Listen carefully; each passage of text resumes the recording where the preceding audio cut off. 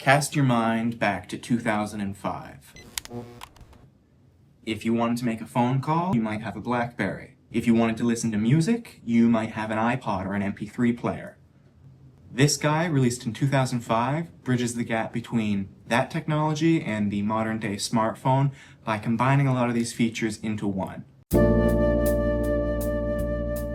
So this thing had like a silver, like business corporate aesthetic because at the time, these were mostly used by like the corporate world. She doesn't give a fuck about his, look, he's trying to show her something about his crazy new Palm Pilot. She's listening to this guy. He got mobbed by this guy. It's got like calculators, it's got like a calendar, task manager, little note scribbler thing, expense tracker. You could listen to music on it. You could watch videos on it. Yeah, that's it. Now you could download apps and stuff for it. I do have a few of those on my SD card that I'll try out in this video. Even in direct sunlight, it's still very readable. Or not very readable, it's even more readable because it reflects. It's kind of like e-ink in a way, but like not. But they do make tablets that are TFT screens. I kind of want to try one. Pretty cool. It was powered by like an Intel processor. This is not, it came with a stylus. It came with a stylus. That's not this stylus. This is a DS stylus, but it slots in there pretty good, so like whatever. Came with this leather. It's actually not real leather. I looked it up, but it's faux leather.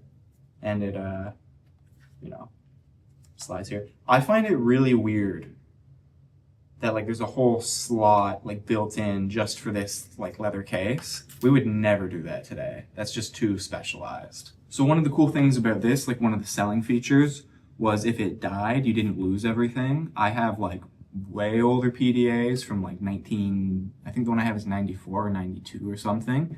And if it died, it had a backup battery just for memory. But if it died and then you accidentally took that battery out when changing the other batteries, you lost everything that was in there. This was praised at the time for its battery life. Apparently it was pretty notable that you could get about the same battery life as an iPod out of it when listening to music.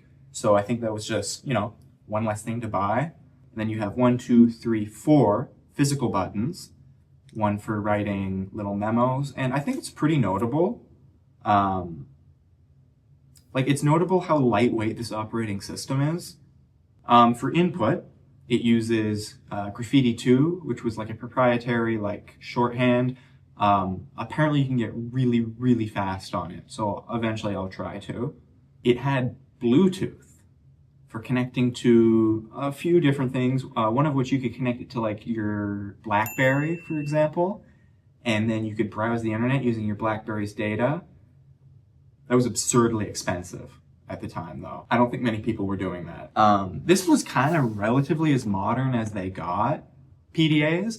A couple years later, the iPhone was introduced, and, you know, we know where that went from there. This thing's got headphone jack. I haven't tried it. SD card slot. I have tried that.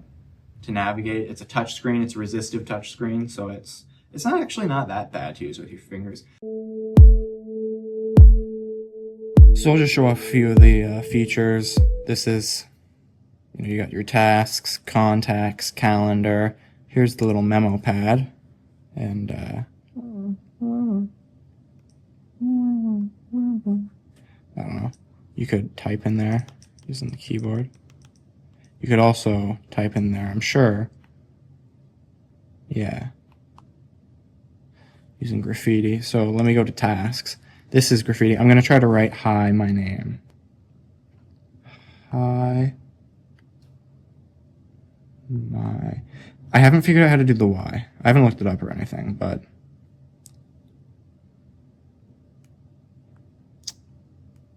Ooh, I got that. Nice.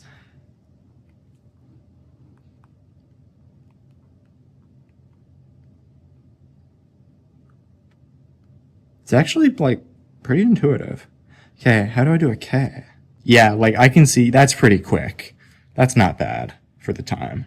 This is the music player. One of the things I downloaded is this universal remote, because this thing actually has, somewhere up here, I assume it's here, there is an IR blaster. So we have a TV, and you train the IR blaster with the remote you have so that it learns it, and then it can repeat those.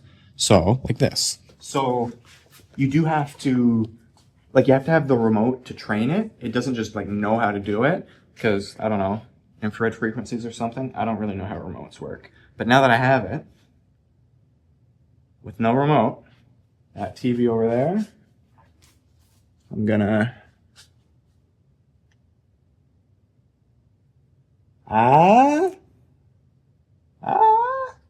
Like, it works. That's pretty cool. Like, a universal remote? That's sick. Like, my phone can't do that. They used to be able to do that. I wish, I don't know, bring back the infrared port, dude. I mean, don't really, though, because I think that's kind of on its way out. That's it. It's a cool little thing.